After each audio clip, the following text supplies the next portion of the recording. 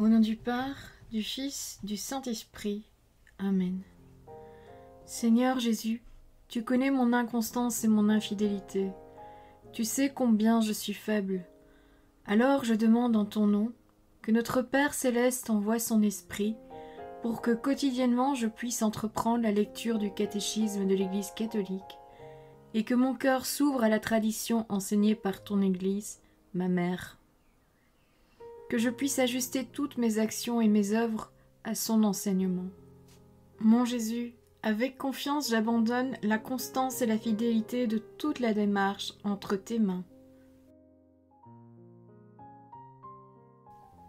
Que Saint Michel Archange et mon ange gardien protègent et défendent chaque moment quotidien consacré à cette lecture. Maintenant, avec toi et par ta voix, disons: Notre Père, qui es aux cieux, que ton nom soit sanctifié, que ton règne vienne, que ta volonté soit faite sur la terre comme au ciel. Donne-nous aujourd'hui notre pain de ce jour. Pardonne-nous nos offenses comme nous pardonnons aussi à ceux qui nous ont offensés. Et ne nous laisse pas entrer en tentation, mais délivre-nous du mal. Amen. Ensemble, mon Jésus d'amour, saluons notre sainte maman, la Vierge Marie.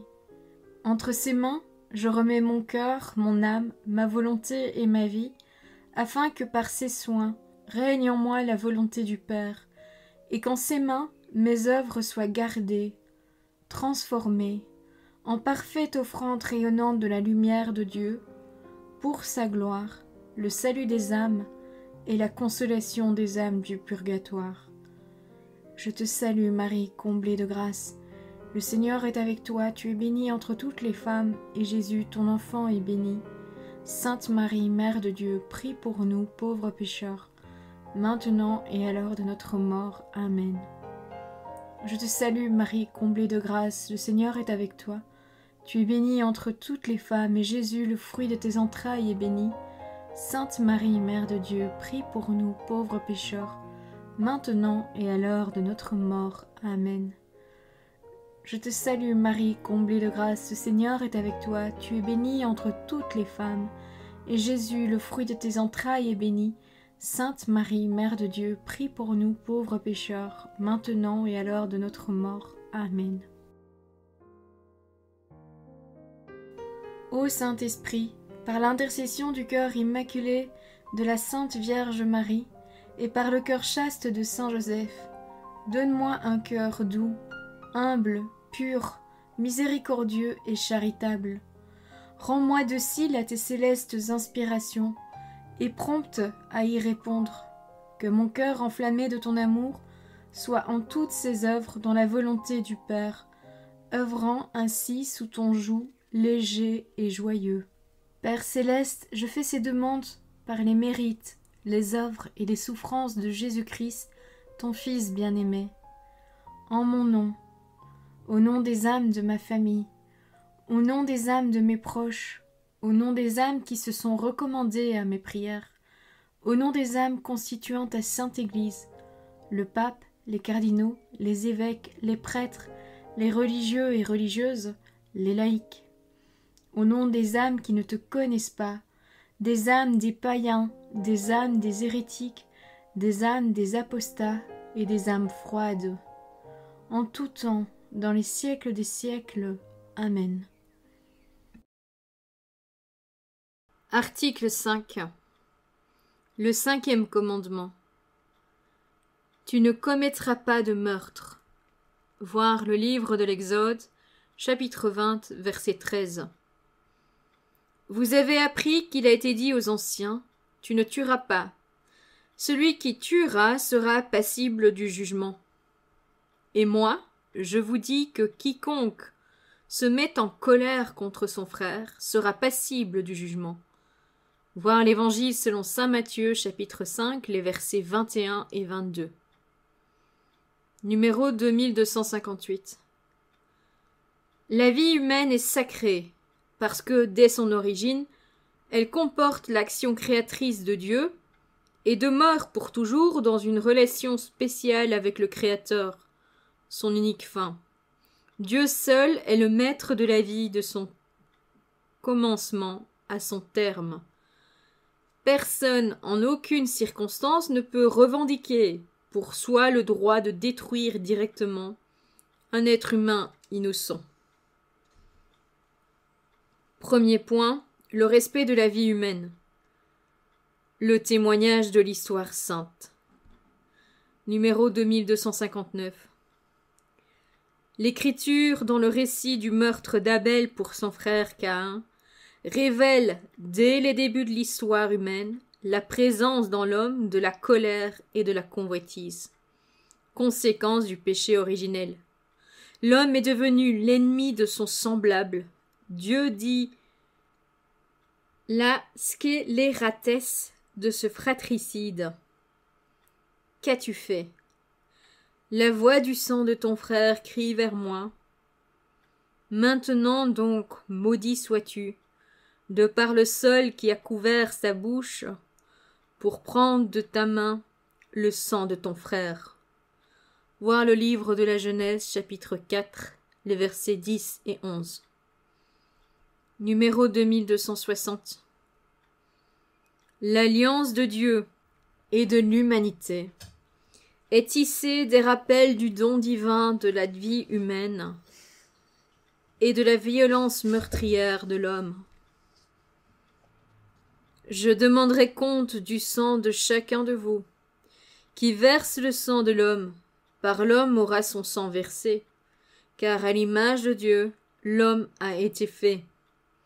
Voir le livre de la Genèse, chapitre 9, les versets 5 et 6. L'Ancien Testament a toujours considéré le sang comme un signe sacré de la vie.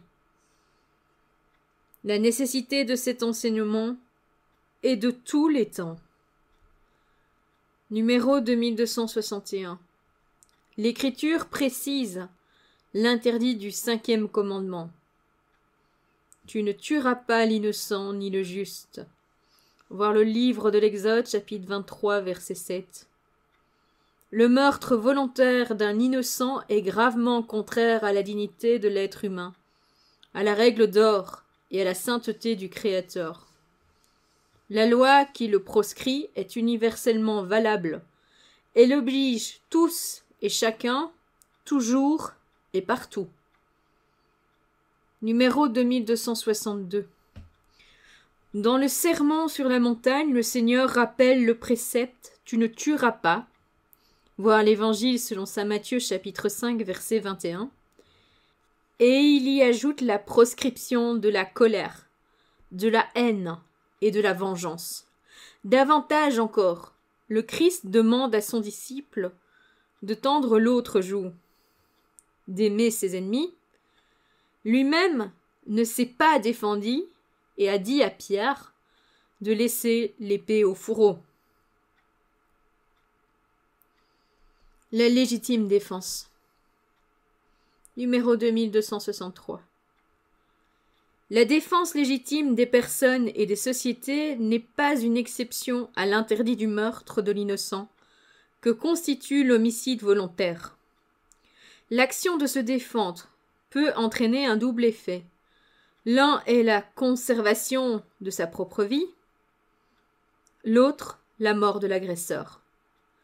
L'un seulement est voulu, l'autre ne l'est pas. Saint Thomas d'Aquin. Numéro 2264. L'amour envers soi-même demeure un principe fondamental de la moralité. Il est donc légitime de faire respecter son propre droit à la vie. Qui défend sa vie n'est pas coupable d'homicide, même s'il est contraint de porter à son agresseur un coup mortel.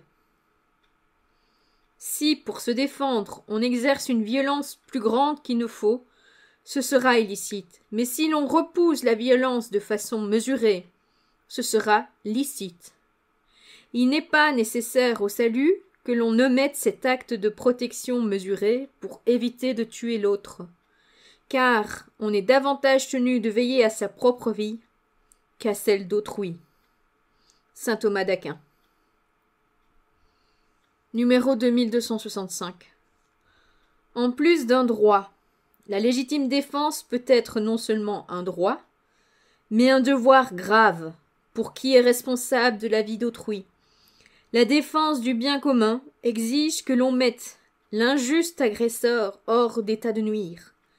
À ce titre, les détenteurs légitimes de l'autorité ont le droit de recourir même aux armes pour repousser les agresseurs de la communauté civile confiés à leur responsabilité. Numéro 2266. L'effort fait par l'État pour empêcher la diffusion de comportements qui violent les droits de l'homme et les règles fondamentales du vivre ensemble civil correspond à une exigence de la protection du bien commun. L'autorité publique légitime a le droit et le devoir d'infliger des peines proportionnelles à la gravité du délit. La peine a pour premier but de réparer le désordre introduit par la faute. Quand cette peine est volontairement acceptée par le coupable, elle a valeur d'expiation. La peine, en plus de protéger l'ordre public et la sécurité des personnes, a un but médical. Elle doit, dans la mesure du possible, contribuer à l'amendement du coupable. Numéro 2267. Pendant longtemps, le recours à la peine de mort de la part de l'autorité légitime, après un procès régulier, fut considéré comme une réponse adaptée à la gravité de certains délits et à un moyen acceptable, bien qu'extrême, pour la sauvegarde du bien commun.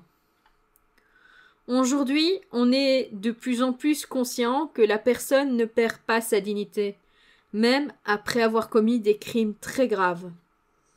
En outre, s'est répandue une nouvelle compréhension du sens de sanction pénale de la part de l'État.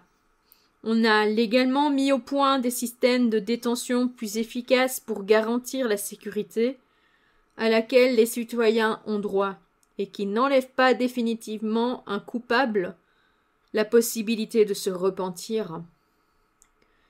C'est pourquoi l'Église enseigne à la lumière de l'Évangile que la peine de mort est inadmissible car elle attente à l'inviolabilité et à la dignité de la personne.